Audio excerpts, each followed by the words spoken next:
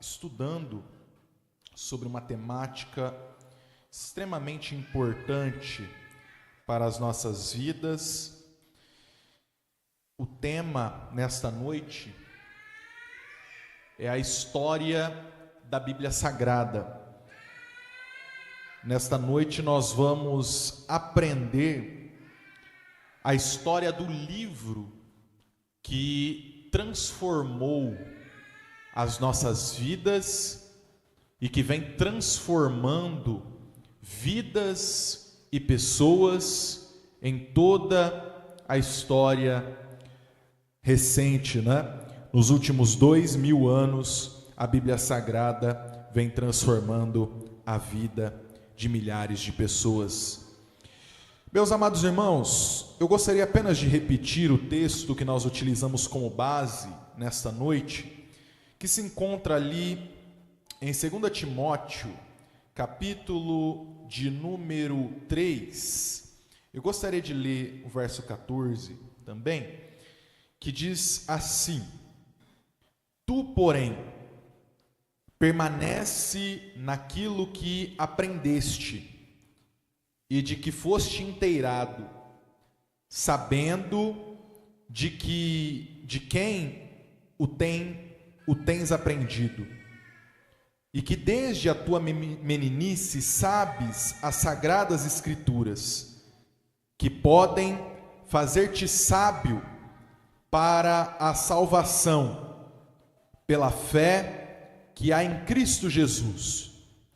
Toda a escritura é divinamente inspirada e proveitosa para ensinar, para repreender, para corrigir, para instruir em justiça, para que o homem de Deus seja perfeito e perfeitamente instruído para toda a boa obra. Glória ao nosso Deus por esta palavra. Muitas vezes, nós acabamos por conta da nossa vida, por conta do nosso dia a dia tão corrido, por conta das coisas que nós temos que fazer ao longo do nosso dia, por conta do nosso trabalho, por conta dos nossos afazeres, nós acabamos por desprezar a Bíblia Sagrada. Nós acabamos não incluindo a Bíblia Sagrada e a leitura da Bíblia Sagrada no nosso cronograma do dia.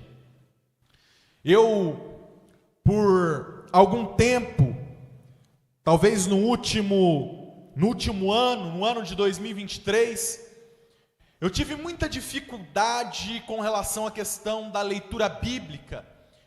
Eu tive muita dificuldade com relação à questão de ter tempo e dedicar tempo para a leitura da palavra do Senhor, mesmo sempre estando em contato, mesmo sempre estando lendo, mesmo estando sempre buscando estar próximo, o trabalho, os afazeres e as questões da vida acabam por muitas vezes nos distanciando do contato com a palavra, com a Bíblia Sagrada. Mas esse ano, no ano de 2024, como todo mundo faz, no final do ano, nos meus planejamentos, no final do ano de 2023, no meu planejamento do ano de 2024, eu coloquei a Bíblia Sagrada como fundamental e como um objetivo principal a leitura desse ano. Já fazia muito tempo que eu não pegava a Bíblia toda para fazer a leitura, faziam alguns anos, e agora novamente no ano de 2024, eu estou conseguindo fazer a leitura novamente da Bíblia Sagrada completa, e não apenas lendo, mas também me dedicando no estudo da Bíblia Sagrada. Como que você fez, Lucas? Bom, eu tive que mudar toda a minha programação, e agora eu acordo 5 horas da manhã para ler a Bíblia Sagrada. Eu acordo para ler livros, acordo para ler a Bíblia e logo em seguida quando minha esposa sai, eu também começo o meu trabalho, começo a me dedicar nas coisas do meu trabalho, porque eu sei que logo depois daí, eu não vou ter o tempo de me dedicar para a leitura e para o estudo da palavra do Senhor. O que nós precisamos entender como cristãos é que a Bíblia Sagrada, ela não pode ser um livro de cabeceira. A Bíblia Sagrada, ela não pode ser nas nossas vidas um livro aonde nós deixamos ela aberta no Salmo 91, e muitas vezes eu fui na casa de diversos irmãos, às vezes fazer uma visita, às vezes comer um almoço, às vezes ali para passear na casa do irmão, e a gente via que a página do Salmo 23 e do Salmo 91, ela estava até mais amarelada, porque era a única página da Bíblia Sagrada que ficava aberta e que o irmão ali utilizava. E nós vemos também, nos dias atuais, que nós estamos perdendo o costume, o hábito de fazer os nossos devocionais, de fazer a nossa leitura da palavra do Senhor. Um cristão saudável, ele sempre está com a Bíblia Sagrada sendo lida. Um cristão que tem saúde espiritual, ele sempre está com a palavra de Deus sempre pronta para ser lida. Todos os dias ele lê a palavra do Senhor. Lucas, mas quanto eu devo ler? Bom, alguns vão ler um capítulo, outros vão ler um versículo, outros vão ler 4 capítulos para fazer a sua leitura anual. Não importa, o importante é que você esteja sempre manuseando a palavra de Deus, sempre esteja lendo a palavra do Senhor. E esta palavra que está nas nossas mãos, ela não caiu do céu, não veio um anjo do céu e entregou a palavra e disse: olha, Jesus, Paulo, Moisés, está aqui a Bíblia escrita para que você possa entregar aí para o meu povo. Não foi dessa maneira. A Bíblia Sagrada, ela tem uma história. A Bíblia Sagrada, ela hoje estando nas nossas mãos dessa forma, como um livro completo, mas nem sempre foi assim. Em alguns momentos da história, em alguns momentos, em alguns episódios da história, a Bíblia Sagrada nem sempre esteve da forma como ela está hoje nos dias atuais. Lucas, mas por quê? Porque muitas questões aconteceram. A Bíblia Sagrada, ao longo de toda a história da humanidade, ela vem sendo escrita, e ela foi escrita por muitos anos, e muito se debateu e muito se discutiu de quais seriam os livros que deveriam receber o rótulo de livros sagrados. A Bíblia Sagrada, por exemplo, nós podemos identificar já algo muito importante, é o significado da palavra Bíblia. Muitos cristãos estão dentro da igreja há 20, 30, 40 anos, e muitos que não se dedicaram no estudo da Bíblia Sagrada não sabem nem o que significa Bíblia. Bíblia não é algo, não é uma palavra que está dentro da Bíblia. Bíblia não é uma palavra que está dentro das Escrituras Sagradas.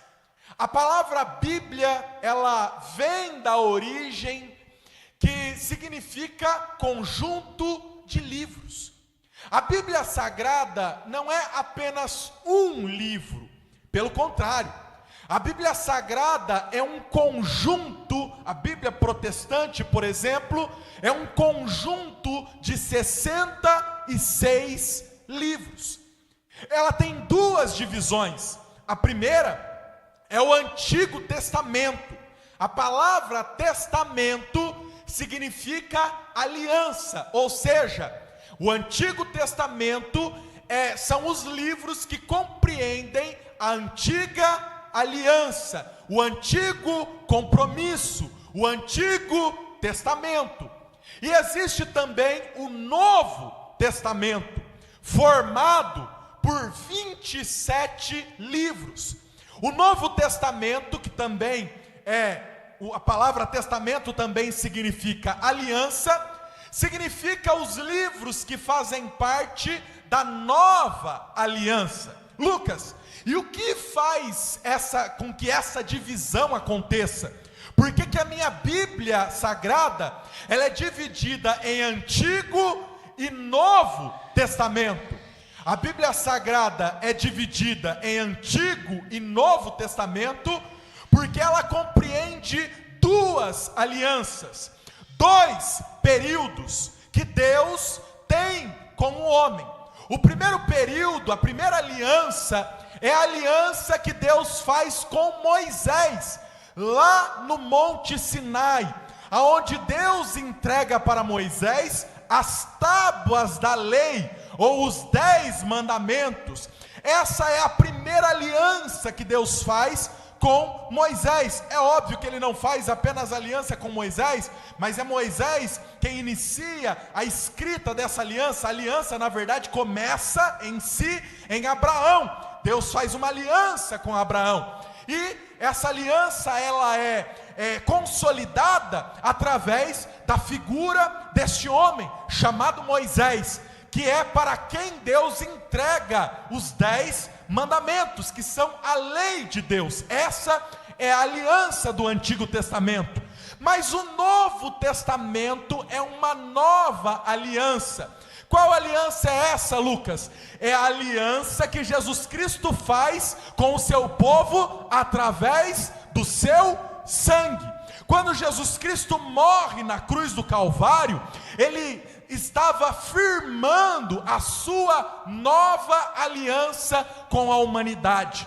Se o Antigo Testamento é baseado nos 10 mandamentos, é baseado num código, aonde olho por olho, dente por dente, o Novo Testamento, essa nova aliança, ela é fundamentada no amor de Deus, através de Jesus Cristo, entregando Jesus Cristo para que a humanidade seja redimida pelos seus pecados. Então, Lucas, porque a minha Bíblia é dividida em 2 testamentos? Porque são 2 as alianças que Deus fez com a humanidade.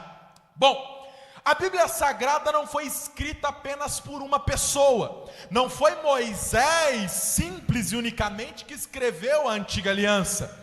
Não foi também Paulo que escreveu o Novo Testamento, mesmo tendo escrito grande parte do Novo Testamento. Mas vários autores são escritores, são tidos como escritores da Bíblia Sagrada. Nós temos dentro da Bíblia Sagrada mapeados 40 autores. Dentre esses autores estão homens que são letrados. Homens como, por exemplo, Isaías, que fazia parte da nobreza. Nós temos Moisés, um homem que foi criado com as mais altas ciências do Egito.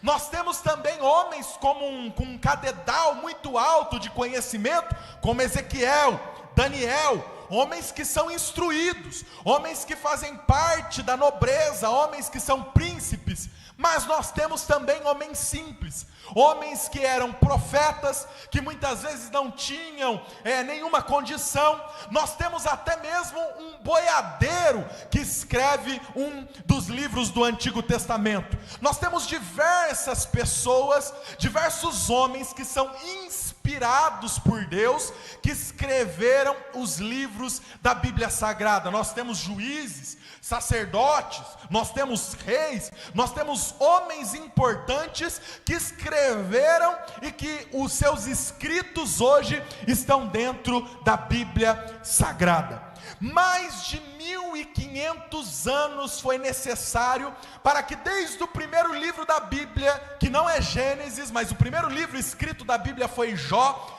desde o primeiro livro que foi Jó, o primeiro livro escrito, até o livro do Apocalipse, mais de 1500 anos de história se passaram. Esses livros, eles foram escritos pelas mais diferentes pessoas, escritos das mais diferentes culturas, mas são livros que foram inspirados por Deus, livros que o Espírito Santo de Deus guiou esses homens para que eles escrevessem, e que depois esses livros se tornaram aquilo que nós temos hoje como a Bíblia Sagrada. Porém, a Bíblia nem sempre foi como é nos dias de hoje. A Bíblia, ela nem sempre foi da forma como nós temos hoje, esse códex. Pelo contrário, antes, a Bíblia Sagrada, ela era formada por rolos. E esses rolos, eles ficavam dentro de alguns lugares que eram considerados sagrados. Até mesmo alguns homens poderosos, como nobres, reis, esses homens podiam ter acesso dentro dos seus lares, dentro das suas casas, a cópias desses rolos. Esses rolos geralmente, principalmente nos dias de Jesus, as pessoas tinham acesso a esses rolos simples e unicamente dentro da sinagoga. Eles iam até a sinagoga, e ali dentro daquela sinagoga haviam vários rolos. Nem sempre haviam todos os rolos dentro da sinagoga. Algumas sinagogas tinham todos os rolos, outras sinagogas tinham poucos rolos, mas os rolos que eram obrigatórios para se ter dentro de uma sinagoga eram os 5 primeiros livros da Bíblia Sagrada. São eles: Gênesis, Êxodo, Números, Levítico e Deuteronômio. Esses livros eram obrigatórios, porque esses livros, eles faziam parte daquilo que os judeus conheciam como a lei do Senhor, como a lei de Deus. Então esses livros que foram escritos por Moisés, eles eram obrigatórios dentro de qualquer sinagoga, para que você pudesse pegar esses livros e que você pudesse fazer a leitura. A Bíblia Sagrada nos narra, por exemplo, Jesus Cristo indo até uma sinagoga, num dia que queriam quase apedrejar ele indo numa sinagoga, e ele pegando o rolo do profeta Isaías, e abrindo lá em Isaías, capítulo de número 61, aonde diz: e o Espírito do Senhor Jeová está sobre mim, porque me ungiu. E aí ele fecha o rolo e diz: hoje se cumpre esta palavra. Quando ele se senta, o povo fala: agora nós vamos ter que matar esse camarada aí. Pega em pedra, vira um furdúncio dentro da sinagoga, porque Jesus estava lendo aquele texto que para eles era um texto visto como proibido, porque só o Messias iria cumprir aquele texto. E ele disse: hoje se cumpre esta palavra. Então, dentro das sinagogas era onde o povo, nos dias de Jesus, tinha acesso a estas escrituras. A palavra de Deus, ela por muitas vezes, ela foi perseguida. Não foi um, não foi dois e não foram 3 os episódios aonde a palavra de Deus quase se perdeu em sua totalidade, aonde este livro quase que não existiu mais. Lucas, o que aconteceu? Bom, a Bíblia Sagrada nos narra, vamos ler esse texto que se encontra lá em 2 Reis, capítulo de número 22, do versículo 8 até o versículo 11. Eu vou pedir para o Gilberto estar fazendo a leitura desse texto para nós. 2 Reis, capítulo 22, versículo 8 até o versículo de número 11. Vamos ler o que aconteceu com os textos sagrados neste texto. Lê para a gente, Gilberto, por favor. Então disse o sumo sacerdote Ilquias ao escrivão Safã: achei o livro da lei na casa do Senhor. Ilquias deu o livro a Safã e ele o leu. Então o escrivão Safã veio ao rei e referiu ao rei a resposta e disse: teus servos ajuntaram o dinheiro que se achou na casa e o entregaram na mão dos que têm o cargo da obra, que estão encarregados da casa do Senhor.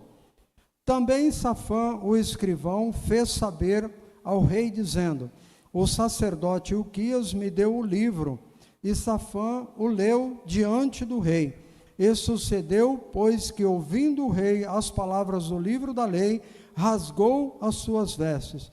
E o rei mandou a Ilquias, o sacerdote, e a Icão, filho de Safã, e a Aquibor, filho de Micaías, e a Safã, o escrivão, e a Asaías, o servo do rei, dizendo: Ide e consultai ao Senhor por mim, e pelo povo, e por todo o Judá, acerca das palavras deste livro que se achou, porque grande é o furor do Senhor que se acendeu contra nós, porquanto nossos pais não deram ouvidos às palavras deste livro, para fazerem conforme tudo quanto de nós está escrito.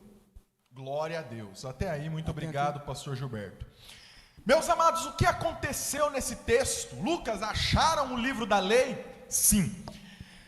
Aconteceu um período dentro de Israel, um período muito negro, principalmente depois do reinado de Salomão, aonde houve uma mistura com culturas exteriores muito grande, já no reinado de Salomão, a ponto do povo de Israel se desviar da palavra de Deus. Eles edificaram postes ídolos, eles edificaram bosques, eles fizeram tudo que o Senhor despreza. Eles sacrificaram seus filhos a deuses estranhos, eles abandonaram completamente a palavra do Senhor. Mas Deus havia profetizado que iria se levantar um homem chamado Josias, um rei que iria reinar em Israel. Cerca de 200 anos antes houve essa profecia de que Josias iria restabelecer o culto e que ele iria fazer com que o povo de Israel voltasse para os caminhos do Senhor. Porém, havia se perdido o livro da lei. O que era o livro da lei, Lucas? A Bíblia Sagrada. Sumiram com os textos, com os rolos sagrados. Ninguém sabia onde estava, ninguém sabia onde colocaram, o negócio simplesmente desapareceu, ninguém achava, ninguém sabia, e ninguém estava nem aí para procurar, ninguém estava nem aí para buscar, porque não tinha-se o interesse de adorar a Deus. Então, Deus levantou esse rei, esse moço, chamado Josias, que foi um dos melhores reis de Israel. Depois de Davi, talvez o segundo melhor rei de Israel, foi Josias, um homem fiel, um homem temente, um homem zeloso pela palavra de Deus. E no primeiro ano do reinado desse homem chamado Josias, este sacerdote Ilquias entrou dentro do templo e, mexendo nas coisas do templo, encontrou os rolos que haviam, os pergaminhos, os rolos que haviam sido perdidos do livro da lei. E quando Ilquias achou, ele falou: meu Deus do céu, o que é isso? Quando ele leu, ele viu que aquela era a lei de Moisés, que aqueles eram os escritos de Moisés. E ele então pegou aqueles rolos, correu até o rei e fez com que este livro fosse lido na presença do rei Josias, que nunca tinha ouvido aquelas palavras. Ele ouvia falar do pai, da mãe, da avó, do tio, da tia, as histórias do povo de Israel, mas ele não conhecia o livro onde estavam registradas aquelas histórias. Quando foi lido o livro na presença de Josias, a Bíblia nos diz, no texto que nós acabamos de ler, que ele rasgou as roupas e ele clamou a Deus, levou até o sacerdote e disse: clama a Deus a partir das palavras desse livro aqui, para nós sabermos se essas palavras são realmente fiéis. E eram as palavras realmente fiéis. E então achou-se o livro da lei que havia sido perdido. Com isso, houve um grande concerto no meio de Israel. O livro não foi só lido para o rei Josias, não, foi lido para todo o povo reunido, e houve quebrantamento no povo, houve lágrimas no povo, e o povo se converteu novamente ao Senhor. Aqui eu quero abrir um parênteses aqui nesse estudo. Não existe, meu irmão, conversão que não passe pela palavra de Deus. Não adianta a gente cantar, não adianta a gente rodopiar, não, conversão ela passa pela palavra de Deus. É necessário Bíblia, é necessário estudo bíblico, é necessário discipulado, é necessário ensinar a palavra, para que nós possamos ser verdadeiramente convertidos ao nosso Deus, o Deus Todo-Poderoso. Não apenas isso aconteceu, que a Bíblia quase se perdeu. Houve também o cativeiro babilônico, aonde o povo de Israel foi levado por 70 anos para o cativeiro na Babilônia. Dentro desses 70 anos, também o povo não poderia cultuar, o povo não poderia adorar a Deus, e as escrituras também quase se perderam dentro desse período. Tanto que a Bíblia Sagrada nos mostra, lá no livro de Neemias, capítulo de número 8, aonde quando estava acontecendo a reconstrução dos muros de Israel, o sacerdote Esdras, naqueles dias, ele se colocou diante do povo, pegou o livro da lei novamente, colocou diante do povo e começou a ler as palavras do livro da lei. Você acha que Esdras leu o livro da lei por 1 hora? Você acha que Esdras leu o livro da lei por 2 horas? Não. A Bíblia Sagrada diz que desde o que o sol nasceu até a hora que o sol se pôs, Esdras continuou lendo o livro da lei aos ouvidos de todo o povo. Quando Esdras foi fechar o livro da lei, quando ele foi fechar o rolo de Moisés, a Bíblia Sagrada nos diz que o povo quebrantado, com que o povo chorando, que o povo adorando a Deus, clamava para que Esdras não parasse de ler as palavras que estavam contidas naquele livro. Isso, irmãos, nos mostra o como é importante a palavra de Deus para a vida do ser humano, como é importante a palavra de Deus para a vida do homem. Não apenas esse episódio também aconteceu, outros episódios aconteceram, como por exemplo, a tentativa de um anticristo, um tipo do anticristo, chamado Etíoco Epifânio, que era rei lá de Roma. Esse camarada, quando no ano de 160 antes de Cristo, ele também tentou destruir a Bíblia Sagrada. Esse camarada estava sendo motivado por Satanás, motivado pelo diabo, porque ele queria que os judeus se convertessem à religião grega, à religião romana, e ele começou a queimar todos os rolos que eram encontrados dentro de Israel. Ele começou a queimar do livro da lei, começou a botar fogo, e as pessoas que não queriam se converter à religião romana, a religião grega, Etíoco Epifânio então assassinava. Esse chegou ao ponto de entrar dentro do templo do Senhor, pegar um animal impuro, que era o porco, e sacrificar o porco no altar de holocausto, que era o altar do Senhor, o altar de sacrifício do Senhor. Não apenas isso, a história também nos narra que ele pegou uma mulher que era judia e que tinha 7 filhos, e que ele disse para ela que se ela não se convertesse, que ela não renunciasse o judaísmo, que ela não renunciasse a crença dela, a crença no Deus Todo-Poderoso, que ele iria matar todos os filhos dela diante dos olhos dela. E assim ele fez, terminando também matando a mulher, porque ela não negou o Deus Todo-Poderoso. Esse Antíoco Epifânio, ele é justamente um dos tipos do anticristo. Muitas coisas que são faladas dentro da Bíblia Sagrada a respeito do que o anticristo irá fazer, se refletem a história deste homem Antíoco Epifânio. Na Idade Média também, a Igreja Católica perseguia pessoas que tinham exemplares da Bíblia Sagrada dentro das suas casas, pessoas comuns, que não eram monges, que não eram padres, que não eram bispos, que não eram arcebispos, não poderiam ter a Bíblia dentro das suas casas. As casas eram destruídas e a pessoa era presa ou até mesmo morta, considerada como herege, simples e unicamente porque tinha dentro das suas casas um exemplar da Bíblia Sagrada. Na União Soviética, 90 anos atrás, a Bíblia Sagrada era perseguida.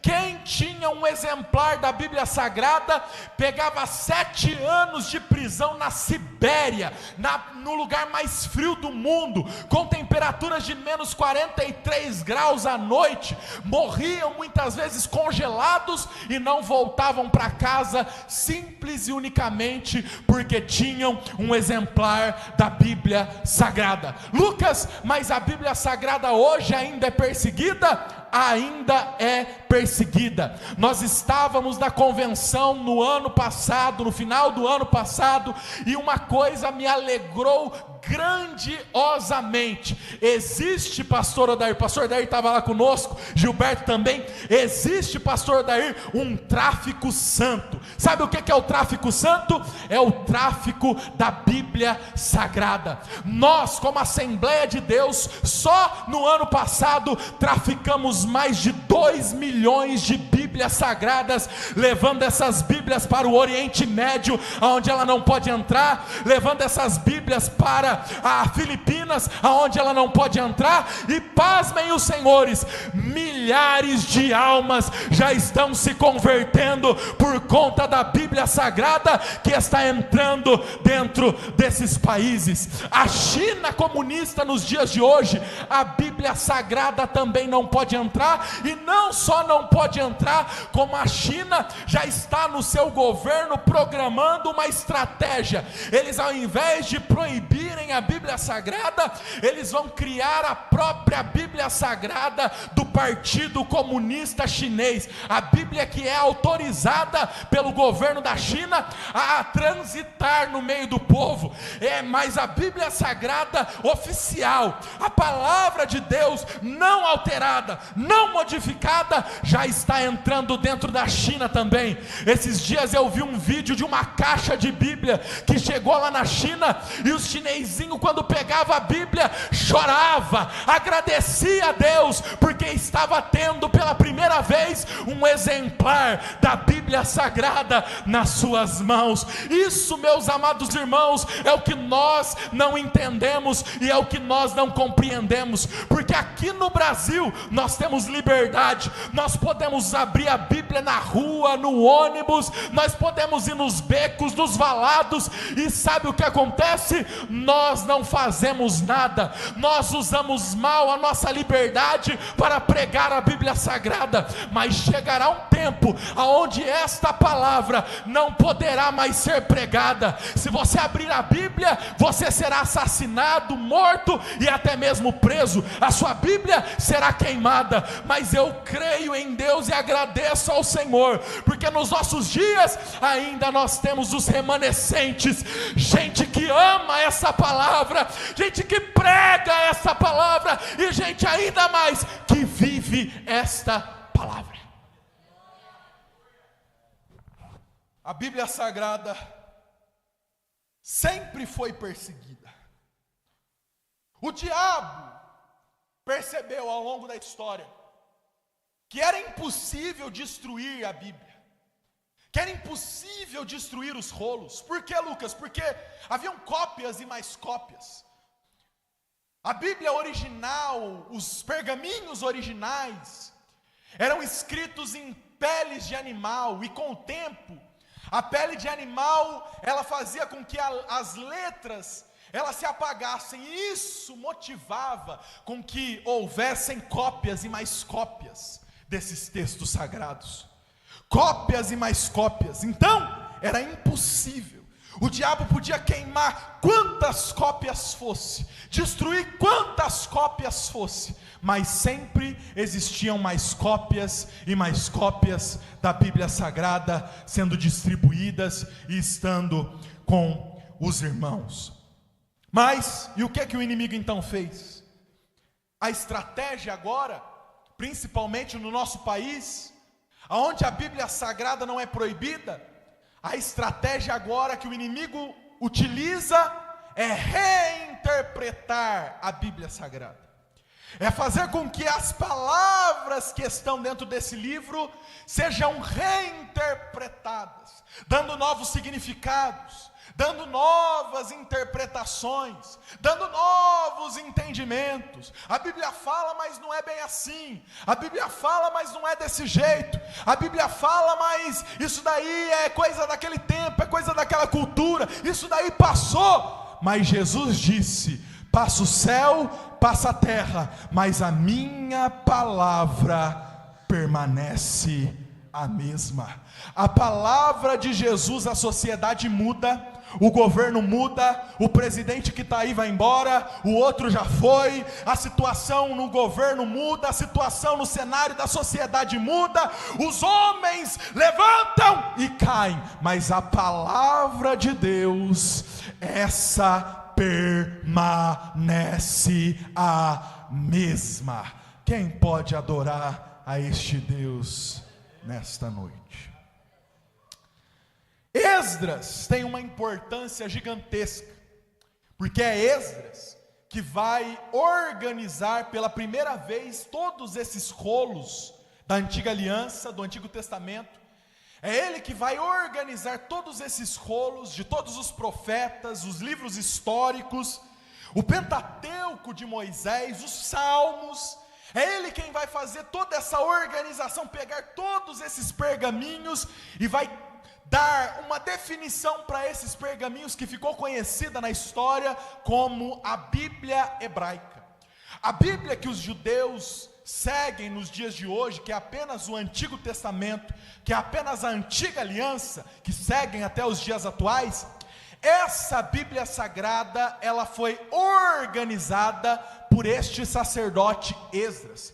Logo em seguida, depois que Esdras faz essa organização da Bíblia hebraica, vem o período em que os gregos começam a dominar o mundo. Nós sabemos que vários impérios dominaram o mundo: o Império Babilônico, o Império Assírio, o Império Romano, mas teve um período antes de Cristo em que o Império Grego era quem dominava o mundo, comandado por um homem chamado Alexandre o Grande.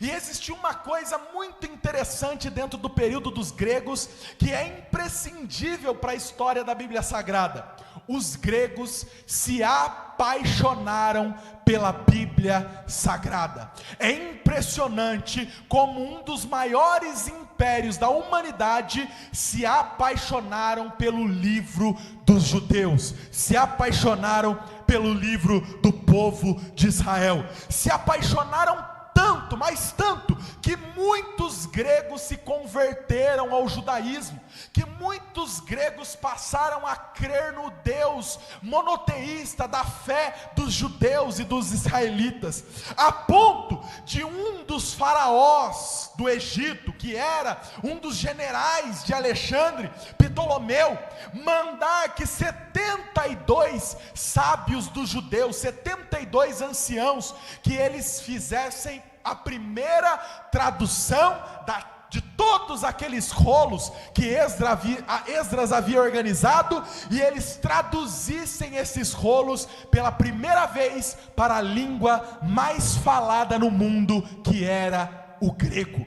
A Bíblia pela primeira vez foi traduzida para o grego por um dos faraós, por 72 judeus, em 72 dias. Aí alguém fala: Lucas, mas esse camarada aí podia ter pegado e tirado algum texto lá que ele não gostava, que ia contra ele. De maneira nenhuma. Sabe o que ele fez?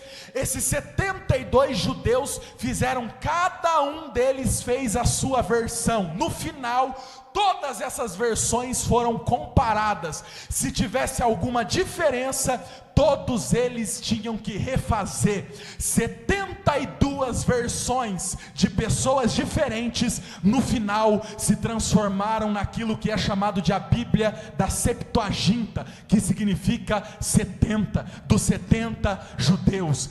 Todas essas versões foram comparadas, e pasmem os senhores, o nível de igualdade das 70 versões dos judeus, o grau de qualidade dos escritos era excepcional. tradicional, a ponto da Bíblia Sagrada ser colocada na maior biblioteca da história da humanidade, a Biblioteca de Alexandria, aonde homens do mundo todo, filósofos do mundo todo, historiadores do mundo todo, iam para estudar a Bíblia Sagrada.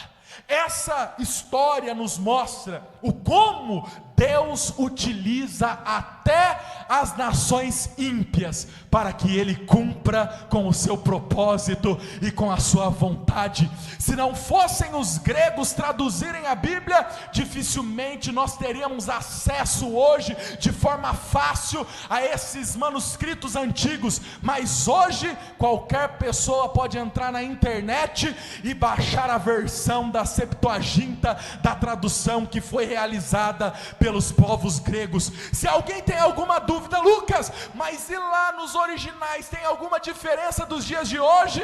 Não tem diferença nenhuma, porque já há mais de 2.500 anos atrás, nós temos validada a certeza e a convicção de que a palavra de Deus está correta, como ela está nas nossas mãos. Quem pode glorificar ao Senhor pela palavra dele? Essa é a formação do Antigo Testamento, porque o que os gregos fizeram foi a tradução do Antigo Testamento para o grego. Mas o Novo Testamento ainda não havia acontecido. Jesus não tinha nascido, Jesus não tinha morrido, não tinha tido ainda a cruz, mas a Bíblia hebraica, a Bíblia dos judeus, a lei, os profetas, os livros históricos já estavam lá, todos bonitinho organizados. Agora tem o Novo Testamento. O Novo Testamento, a história do Novo Testamento, ela começa 30 anos após a morte de Jesus. Por quê? Porque apenas 30 anos após a morte de Jesus é que nós temos a escrita do primeiro evangelho. Primeiro evangelho escrito tem 30 anos após a morte de Jesus. Foi escrito ali por volta do ano de 60 depois de Cristo. Então, é através desses livros, através desses escritos, e principalmente o Novo Testamento, ele foi escrito muito através de cartas. Como que funcionava? Deixa eu te explicar, porque muitas vezes as pessoas elas não entendem, elas acham, tem a Bíblia aqui? Me empresta a Bíblia aqui, por favor. As pessoas elas acham que a Bíblia foi escrita assim, ó: Moisés está aqui, aí ele escreveu a parte dele. Aí Josué está aqui, aí ele escreveu a parte dele. Aí Samuel está aqui, aí ele escreveu a parte dele. Aí chegou lá em João, lá no Apocalipse, aí João escreveu a parte dele. Terminou, encerrou. Aqui agora, acabou. Não foi dessa forma. Primeiro, já te expliquei. O Antigo Testamento, a Antiga Aliança, eram os rolos. Eram rolos que ficavam dentro do templo, dentro das sinagogas. Mas o Novo Testamento, ele era completamente diferente. Como que era o Novo Testamento, Lucas? O Novo Testamento, ele foi todo escrito em cartas. O Novo Testamento, os livros que compõem o Novo Testamento, são todos eles, todos os livros do Novo Testamento são cartas. Lucas, que negócio é esse? Vamos ler Atos, capítulo de número 1, o único livro histórico do Novo Testamento, que é o livro de Atos. Todos os outros são ou os evangelhos, ou as cartas paulinas, ou as cartas gerais, ou o livro do Apocalipse. Atos dos Apóstolos, capítulo 1, versículo 1. Olha só o que o texto diz: fiz o primeiro tratado. O que Lucas, que estava escrevendo aqui, estava falando? Ele estava falando a respeito do livro do Evangelho de Lucas. Porque o Evangelho de Lucas também é uma carta endereçada para o mesmo homem que o livro de Atos dos Apóstolos, que é a carta que Lucas está escrevendo. Fiz o primeiro tratado, ó Teófilo, acerca de tudo que Jesus começou, não só a fazer, mas a ensinar, até o dia em que foi recebido em cima, depois de ter dado mandamentos pelo Espírito Santo aos apóstolos que escolhera, aos quais também, depois de ter padecido, se apresentou vivo, com muitas provas infalíveis, sendo visto por eles por espaço de 40 dias, e falando das coisas concernentes ao reino de Deus. Lucas, o que você está falando? O livro de Atos dos Apóstolos, a carta, o Evangelho de Lucas, faziam parte de duas cartas que foram enviadas para esse homem, Teófilo. Teófilo foi um romano que se converteu ao cristianismo, e ele tinha o desejo de conhecer Cristo, de saber quem era Cristo, e tinha o desejo também de saber o que os apóstolos tinham feito, o que eles tinham feito, qual que era a realização dos apóstolos. E Lucas então pega pena e papel e escreve para Teófilo uma carta, endereçando para ele e informando tudo o que Jesus tinha feito e tudo o que os apóstolos tinham realizado através do poder do Espírito Santo. Então o Novo Testamento, diferente do Antigo, foi escrito todo em cartas. Tanto que, Lucas, tem alguma carta aí que se perdeu? Várias cartas, 3 cartas se perderam. O Novo Testamento era para ter no mínimo 3 livros a mais. Quais são eles? A terceira carta de Paulo aos Coríntios, essa carta se perdeu. Paulo cita ela dizendo, olha, peguem a terceira carta que eu vos enviei e leiam aí, mas essa carta nunca foi encontrada. Outra carta, a primeira carta aos Efésios, a igreja de Éfeso, nunca foi encontrada. A terceira carta, a carta aos Laodicenses, Paulo escreveu uma carta aos Laodicenses e cita essa carta nas suas cartas às demais igrejas, mas essa carta aos Laodicenses também nunca foi encontrada. Lucas, como que funcionava a sistemática das cartas? As cartas, quando Paulo mandava uma carta, a carta chegava lá na igreja, Paulo ordenava nas suas cartas que elas fossem lidas em voz alta. Elas eram lidas em voz alta, e sabe o que a igreja fazia? Ela copiava essas cartas e distribuía para as outras demais igrejas, para que elas lessem as cartas também. Então chegava a carta lá na igreja de Éfeso, e a igreja de Éfeso lia a carta diante de todo o povo, diante de toda a assembleia, e depois essa carta era entregue para que ela fosse copiada e para que ela fosse lida nas outras demais igrejas. Era assim que funcionavam as cartas de Paulo, as cartas dos apóstolos e também os evangelhos. Eram cartas lidas diante de toda a igreja e diante de todo o povo. Lucas, e como foi então a formação desse Novo Testamento? Quem que pegou essas cartas e juntou essas cartas? Bom, ao longo de todo o primeiro século essas cartas foram escritas. A última foi a de João, o Apocalipse.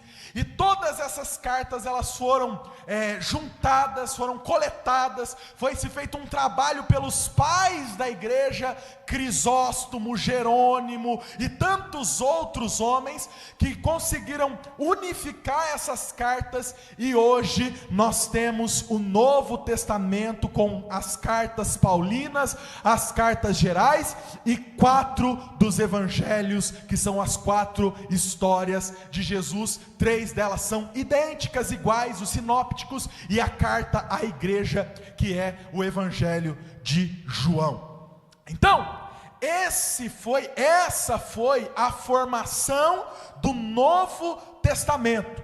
Essa formação, para que a Bíblia chegasse como ela está hoje nas nossas mãos, dependeu de muitos concílios, de muitas reuniões da igreja, para identificar quais eram os livros verdadeiramente inspirados, porque existiam muitos livros, existiam muitos textos, existiam vários escritores que diziam, eu escrevi um evangelho de Jesus, mas eram todos evangelhos fabricados, evangelhos falsos, evangelhos mentirosos, que não estavam de acordo com a verdadeira história de Jesus. Cartas também que não eram cartas que foram identificadas como não inspiradas pelo Espírito Santo. Lucas, mas quais são os critérios para identificar esses livros. Livros que não foram inspirados, que foram chamados depois de livros apócrifos, de livros falsos, de livros com teorias enganosas, com escritos mentirosos. Esses livros eles passaram por um determinado crivo. Qual era o crivo? A autenticidade do texto. Qual que é a autenticidade do texto?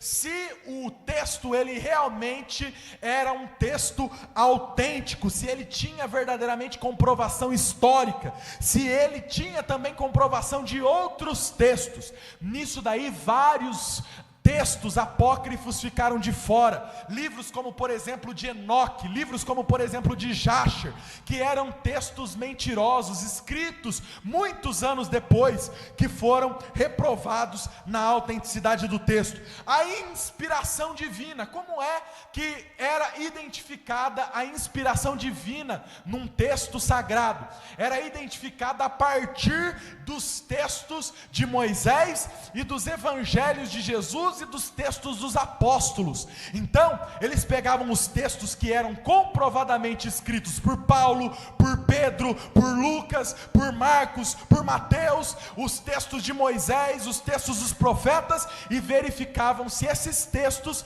não iam contra os textos já definidos como textos da Escritura. A autoridade do autor. Por que isso aqui é importante, Lucas, a autoridade do autor? Porque muitos escreviam naquela época. Hoje você sabe o que é ghostwriter? Alguém aqui sabe o que é ghostwriter? Se alguém aqui quiser escrever um livro, é facinho. Malafaia, por exemplo, publica um livro por mês. E tantos outros pastores aí publicam um livro por mês. Aí você pergunta, Lucas, mas esses camaradas escrevem tanto assim? Não, se chama ghostwriter. O que é o ghostwriter? Ghostwriter são pessoas que pegam mensagens, que pegam pregações, que pegam histórias, que conversam com esses autores, que estão diariamente ou sempre estão com esses autores, e eles são pagos para escrever essas histórias. Só que o autor do livro não é o escritor. O autor que sai no livro é o nome do pastor, é o nome famoso, é o nome de pessoas que têm crédito, geralmente de pessoas que vendem livro. Porque se o ghostwriter, o Sebastião da Silva, escrever o nome dele lá no livro, ninguém vai dar bola para comprar o livro do Sebastião da Silva. Então, o ghostwriter escreve o livro e ele coloca o nome de outra pessoa naquele livro. É assim, é isso que é o ghostwriter. Só que, Lucas, isso daí, ghostwriter, né? Nossa, que nome bonito, né? Lá dos Estados Unidos, lá, escritor fantasma. Isso sempre existiu. Sempre existiram homens na história da humanidade que escreveram livros e colocaram no nome de outras pessoas. Lucas, cita um exemplo para mim, por favor. Jeremias. Jeremias nunca escreveu nenhum livro. Lucas, mas lá na Bíblia, na minha Bíblia, tem o livro de Jeremias, não tem? Quem tem aí a Bíblia com o livro de Jeremias? Não tem? Tem? Tem ou não tem o livro de Jeremias na Bíblia? Não tem Lamentações de Jeremias também? Não tem? Tem, não tem? Mas Jeremias nunca escreveu nada. Lucas, então como que o livro de Jeremias está lá? Porque Jeremias tinha um ghostwriter. Quem era o ghostwriter de Jeremias? O discípulo dele, que era Baruque. Baruque é o autor do livro de Jeremias. Baruque que escreveu o livro de Jeremias. Só que, Lucas, por que o livro de Jeremias entrou e outros livros não entraram? Porque Baruque, ele é citado como discípulo de Jeremias. Ele é alguém que ele tem propriedade, porque ele andou verdadeiramente com Jeremias. Mas outros autores, que são também autores que não colocaram seu nome, mas colocaram os nomes de outras pessoas, essas pessoas não têm autoridade, porque não andaram, não viveram, simples e unicamente pegaram um nome e colocaram lá. Por exemplo, se você for estudar os livros apócrifos, você vai encontrar o livro de Enoque, que eu já citei. Enoque também nunca escreveu livro, mas alguém escreveu um livro e colocou como sendo o livro de Enoque. Outro caso, também não bíblico, o evangelho de Judas. Muita gente pergunta, nossa, mas tem um evangelho de Judas? Tem, só que Judas nunca escreveu evangelho nenhum. Lembre-se, Judas, depois que traiu Jesus, se matou. A Bíblia diz que ele se precipitou. Não se sabe se ele se enforcou ou se ele se jogou de um precipício, mas ele se matou. Então Judas nunca escreveu nada. Então como que tem um evangelho de Judas circulando por aí? É porque alguém escreveu e colocou como sendo de autoria de Judas, quando na verdade Judas nunca escreveu nada. Então, muitos livros foram descartados. Por quê? Porque se analisaram profundamente qual que era a autoridade do texto, a autenticidade do texto, a inspiração divina, se não tinha conflito com as doutrinas fundamentais da Bíblia, e também se o livro tinha um autor confiável. Deixa eu falar uma coisa para você aqui. Quem já leu o livro de Esther? Levanta a mão. Quem já leu o livro de Esther? Todo mundo aqui? Bastante pessoas aqui já leram o livro de Esther. O livro de Esther não fala em nenhum momento de Deus. Pode abrir o livro de Esther aí e procurar aí. Eu desafio alguém a achar o nome de Deus no livro de Esther.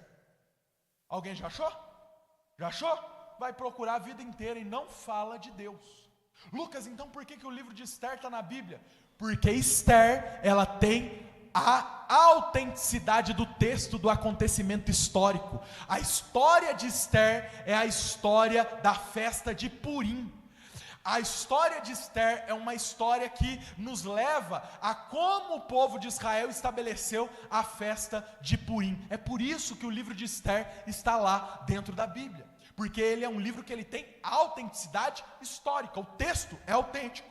Nós temos também um outro livro que não fala de Deus. Qual que é o outro livro que não fala de Deus? Vamos lá, vamos ver quem sabe.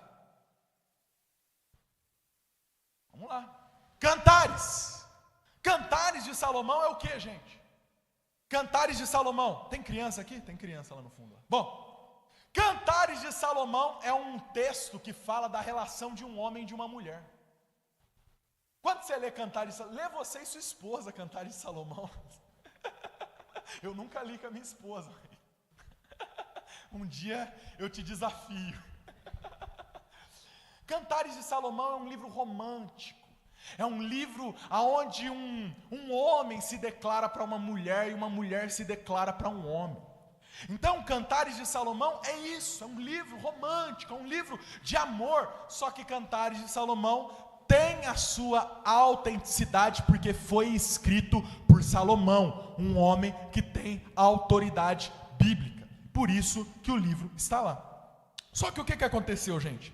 Teve um concílio no ano de 393 depois de Cristo, conhecido como Concílio de Hipona, que ele fez essa análise e formou aquilo que nós temos hoje como a Bíblia Sagrada. A Bíblia Sagrada, ela foi formada, finalizada, juntada, todos os livros definidos nesse concílio de Hipona. Não foi apenas esse, teve concílio de Laodiceia, teve tantos outros concílios, na tentativa de formar o cânon bíblico, de finalizar quais eram os textos verdadeiramente genuínos e sagrados que entrariam dentro da Bíblia Sagrada. A questão que aconteceu dentro desse concílio é que 7 livros são eles, vou citar o nome deles para você aqui, 7 livros que não faziam parte da Bíblia hebraica, foram aprovados como livros sagrados. Quais são eles? Tobias, Judite, Sabedoria, Eclesiástico, Baruque, Macabeus, 1 Macabeus e 2 Macabeus, 7 livros. Esses livros, eles foram aprovados como livros, sendo livros que tinham autenticidade histórica. Eles tinham autenticidade histórica, mas eles não faziam parte da Bíblia hebraica. Lembra da Septuaginta, da Bíblia que Esdras organizou? Não fazia parte, só que eles tinham autenticidade histórica, porque a revolta dos Macabeus realmente aconteceu. Baruque, como eu disse, discípulo de Jeremias, ele tem autenticidade, ele tem autoridade, e tantas outras aqui, por exemplo, Eclesiástico foi escrito por Salomão. Então, Eclesiástico está lá, Sabedoria também está lá, também escrito por Salomão, porque ele tem a autoridade de um escritor, Judite, Tobias e assim por diante. Só que esses textos não faziam parte do texto, do cânon hebraico original, daquele que Esdras organizou, dos rolos que Esdras organizou, não faziam parte. E aí o que aconteceu?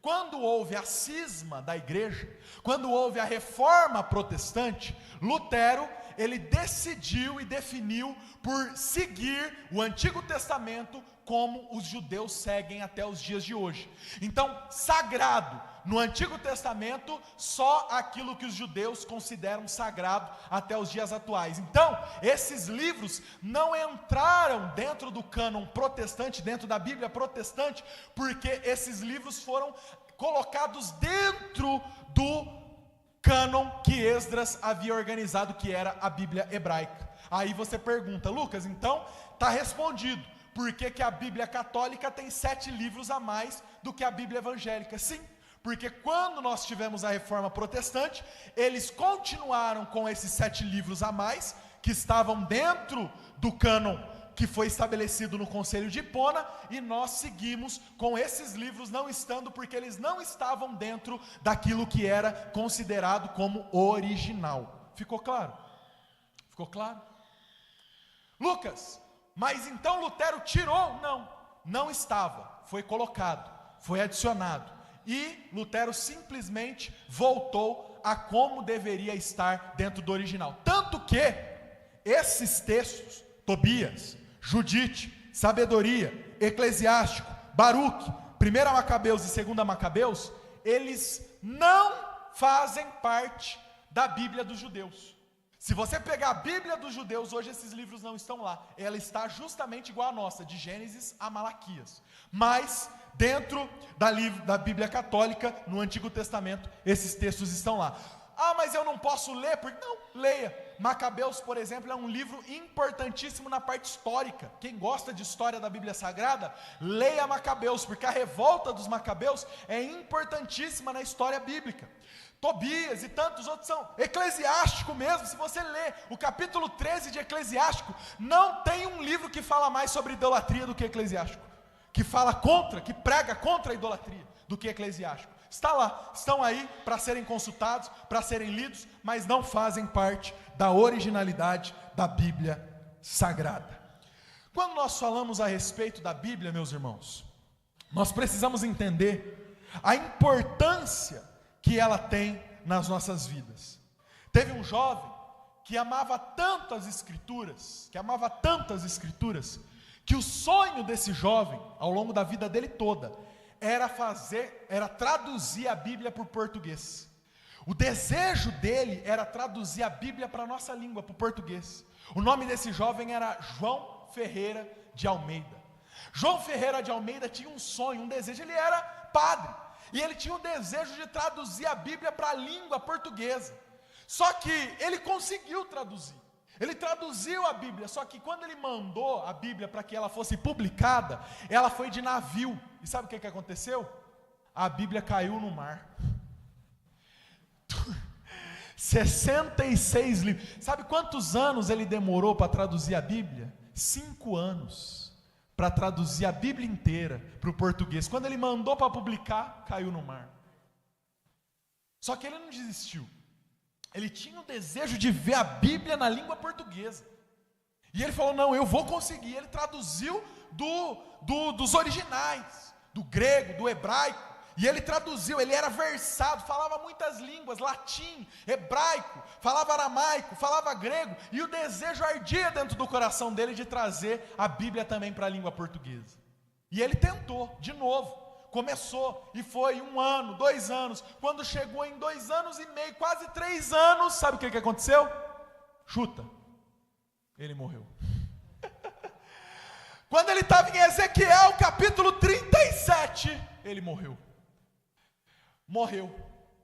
E a nossa Bíblia hoje, se você abrir ela, a maioria das Bíblias que vão estar aqui, a não ser que a sua seja King James, ou alguma outra, a maioria das Bíblias que estão aqui, elas estão na versão João Ferreira de Almeida. Só que o João Ferreira de Almeida não conseguiu terminar. Só que os amigos dele pegaram a Bíblia, sabiam do sonho dele, sabiam do desejo dele, e terminaram a tradução e colocaram lá o nome, João Ferreira de Almeida. E hoje, ela é a Bíblia oficial das Assembleias de Deus. A casa publicadora das Assembleias de Deus não imprime King James, não imprime outras versões da Bíblia, mas ela imprime a Bíblia do João Ferreira de Almeida. E através da tradução do João Ferreira de Almeida, muitas almas ainda estão se convertendo ao Deus da Bíblia Sagrada. Glória seja dado ao nome deste Deus. Meus irmãos, a Bíblia ela não pode ser um livro que ela é colocada em cima da nossa estante e ela fica lá e ela não transforma as nossas vidas. A Bíblia ela não pode ser um livro que você só pega quando você está no sofrimento. A Bíblia ela não pode ser um livro que você pega ela e faz isso daqui, ó. Eu vou tirar uma palavra, que eu já vi gente fazendo isso aí, eu vou tirar uma palavra. E aí cai lá. E foram uma vez as árvores a ungir para si um rei, e disseram à oliveira: reina tu sobre nós. Ai meu Deus, o Senhor quer que eu reine. Pode falar. Oi?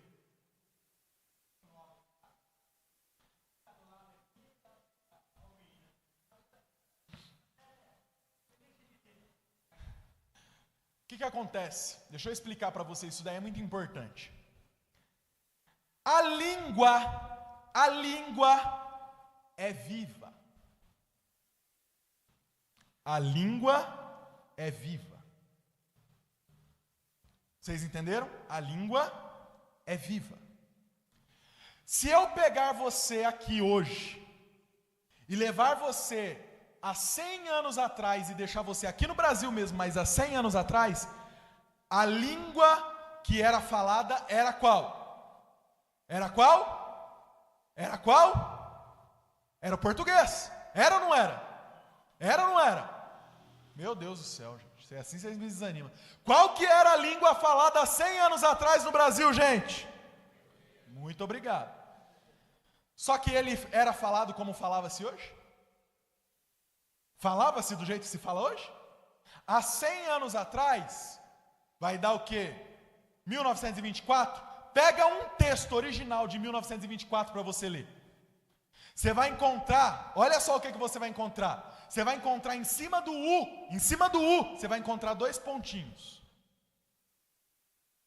Você vai ler, por exemplo, algumas palavras, como por exemplo a palavra Egito, ela vai ter um P no meio, Egipto. Certo? Quem aí já pegou livro antigo sabe como que é. Farmácia era com PH, não era? Por quê? Mas Lucas, e agora? Por que farmácia é com F? Por que não tem 2 pontinhos em cima da letra? Por que não tem P no meio do Egito? Porque a língua é viva.